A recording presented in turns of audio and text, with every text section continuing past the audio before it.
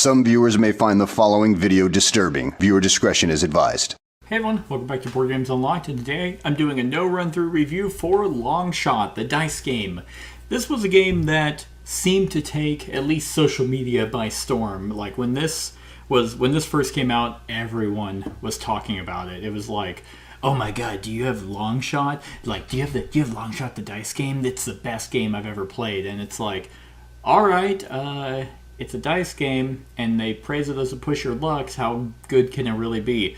And I gotta say, it's pretty good. Like, I can definitely see why the mass, majority of gamers would like this, because it fits for, people maybe like me that like high strategy or high variety games, and even the general just casual gamers. This is one of those rare breeds that kind of scratch the itch for both types of players. And it's very interesting because I played this for the first time at Gen Con, and there were about 6 of us. I want to say 2. Yeah, I think there were 6 of us in the entire group, and it played extremely well because everyone does their actions simultaneously. Like, really, the first player is the one who just rolls the dice, and that's it. And then just maybe they're the ones who move the horses around the track. But then everyone just kind of does their action. But there's enough player interaction that it's not like a solo kind of thing. And I'm not a big fan of roll and writes. Like, I have my few that I have played. Hadrian's Wall is a phenomenal, I guess it's not really roll and write, but that type of genre. Ganz schön clever, or That's So Clever, is another roll and write that's really good. And there's a few just verb and write kind of games that I'm like, yeah, this is pretty good. But there's just something about this one that makes it extremely fun. And you might be thinking, well, Seth, you usually do no run-through reviews for bad games. And, well, that's also true. And the reason why I haven't done a run-through for this is because it wouldn't be the most entertaining to watch. Like, there's not a whole lot going on. It is just kind of roll it. Like, you do just roll the 2 dice and then move. And then everyone just kind of thinks about what they're gonna mark on their sheet. They do it, and then, play passes to the next player. But there's a lot on the actual individual player sheets that I just think makes this game super fun. Now, the box is kind of tight, and it's not like my favorite thing in the world. But overall component quality is really good too. But you have your board and stuff that is just kind of just there just to be aesthetically pleasing. But what's really fun is you have, everyone has their player sheet, and you have a lot that's actually on here, and it's enough for the length of the game. And whether it's for 3 or 6, I played at 3, I played at 6, it works. There's enough going on that it's like the game ends before you just kind of run out of things to do, and then you're just doing the same thing over and over. But I really like the fact that you have this concession stand area that you're trying to just make rows and columns, fill out rows and columns to get a benefit. And there's a lot of benefits here, and none of these are a bad choice. Like, it gets 7 money. That's also essentially 7 points. That's money you could put into betting or buying a horse. There's a free buy a horse. There is a free bet. There's horse manipulation, whether that is advancing a horse 3 spots or making a horse go back 3 spots. So there's a lot there, on top of the fact that you just have wagers that you're putting onto each individual horse, trying to manipulate it in your favor. And then also there's enough dice mitigation, I think, that you have wilds. And these aren't just 3 for the entire game. If let's say a roll comes out and you're like, I don't really want to do anything with that, you can just not do anything and get a wild back. So I really, really enjoy the fact that you're not going to be able to do everything, and you have enough that's going on that can swing things in your favor and also potentially, hurt you. Or if you're paying attention to someone else and you're like, they have a lot of money on that horse, I'm going to wait till the very end when they burn their horse movements to then finish mine out and move their horse back. Now, the one negative that I have for this game is I think it works the best and the game sings with more players.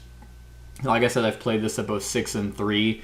In 3, there's not enough going around. Like, there's too many players there's not enough players that are maneuvering the horses to... It's like if a horse is in the lead, then everyone at that table could kind of just put a lot of money into raising the stakes on that horse, and then just, there's like 2 or 3 horses that are going to do well. But in the 6-player game, besides one particular horse, all the horses were kind of maneuvering back and forth, and I couldn't really tell who was going to get first, second, and third. So that makes a lot of fun. That's where you really get into maybe even the theme a little bit more. Like, you're actually at the Derby and you're with, thousands of people watching the horses run around the track, and you're like, oh, who's going to win? Like, which horse is it going to be?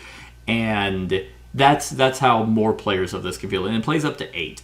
So I would honestly say 6 to 8 is that sweet spot, because everyone's going to have their individual interests. That's more people buying horses that they obviously want their horse to win, because if you own the horse, you get that first, second, or third cash bonus.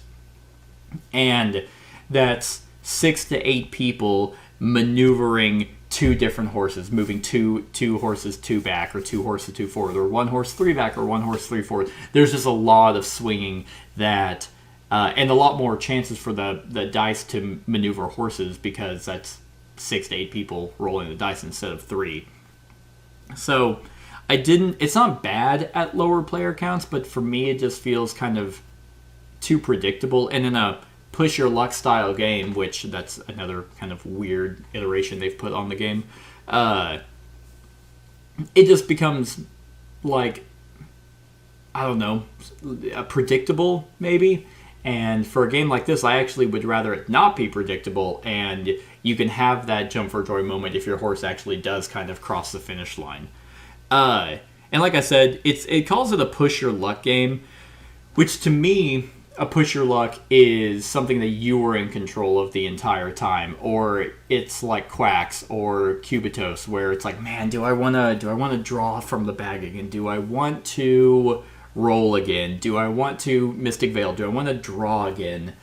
I'm gonna do it. And then you do it, and yay, or dang it, whatever it is. This is a push your luck in the sense that you're putting a lot more money into a horse they are hoping wins. So it's not a push your luck from turn to turn. It's just an overall, by the end of the game, you pushed your luck. And that's a very interesting take on that, I guess. Not really the phrasing I would use, but I guess they're not technically wrong. Like, you are spending victory points to put into a horse and raise the stakes, and you hope that the dice go in your favor, or you hope that you can swing the abilities to move your horse faster, in front of the others, to then hope that the dice roll and push it over the edge. So yeah, I mean, this is I have never won this game. I always just for some reason just do poorly, but it's also not long enough that if you don't win, that you're like, man, I just really wasted like all that time. The game, regardless of player count, always feels like a really solid number. And what's also pretty nice is just something small. It probably won't ever make or break the game, but I like the fact, so you have your odds, and like the more expensive horses to buy, usually with the better abilities, are also the least, they have the lowest multiplier, and then the cheaper horses to buy have the highest multiplier. And so typically, if someone sees you buy the 8 horse, which has a ×9 multiplier if it gets first, they're not letting you get first. And so you have to kind of really hopefully maneuver it, or just get lucky enough that your horse actually wins and you own it. But I also like the fact that if it doesn't come in first, you get your money back, and that's victory points. So you didn't really lose it, but it's just kind of nice that, hey, those horses didn't win, so you just get those points back. And there's a lot, there's a lot of different horses. And the copy I have, like I said, I got at Gen Con, so really the biggest negative is this stupid ass box.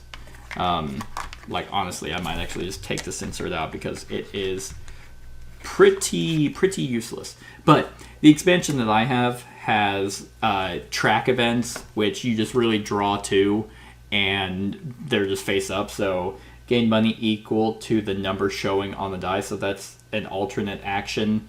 You can get new rule: if a horse ends their movement on a space that already contains 2 horses, move it 1 additional space. Horses can cross the finish line this way. So you can just have some track events if you want. But if you get the expansions, which there are 3 mini horse expansions, so that gives you a total of 1, 2, 3, 4, 5, 6. That gives you 6 of each horse, and there are 8 of them. So 48 total horses. So you just take them, and okay, well this time we have row your boat. When you complete a horizontal row, you gain horizontal. Okay, I get it. Horizontal row, gain 2 money. The other really cool thing is I like the fact that it's not just betting. I really think that the horse abilities are kind of cool and unique in their own way, and the names are just wonderful. So you have row your boat. That's one of the ones. You have 2 lucky. If a 2 is rolled, you gain 2 money. Let's see. Spur of the moment: when you complete a helmet jersey set, you advance that horse 2 spaces. That's pretty good. You have into thin air as a jersey action. Instead, you may erase any mark on the horse, on the rolled horse. Wow, that's really good. That's interesting. You have fancy hat. And when you bet, after betting on a horse with a helmet, you gain $1. Miracle Worker: when bought, mark any one concession, jersey, or helmet. So not super amazing, but I mean, it's a free thing. You got Sticky Fingers as a jersey action. You steal $2 from the owner of the horse card you marked. So that's pretty strange. And then you have Purple Rain: when you complete a helmet jersey set, you may also place a bet on that horse. So that could just be your one. Those are all the horses that are out there. You can just mix and match. You can pick. You can draft. You can do whatever really with that amount of horses. So I think that's pretty cool in terms of just the way that the game is going to play. Not saying you don't even need those expansions. I believe the base game comes with 3 of each.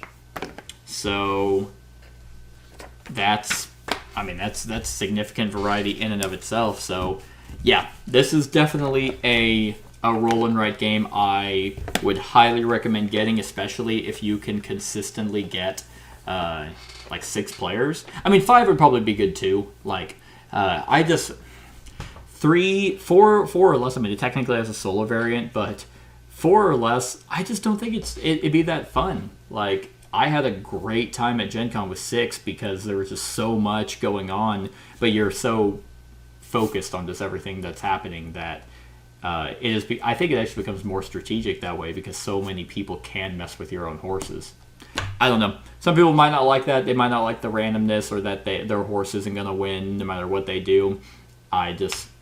People could bet on... That's the other good thing about this game is that if a horse is just... If the horse you initially had bets on isn't doing anything, it becomes like a lame, limp horse, well then just bet out on the horse you think is going to win. It's kind of like downforce in that sense where if you own a horse, you want it to win because you're going to get that first, second, or third place bonus.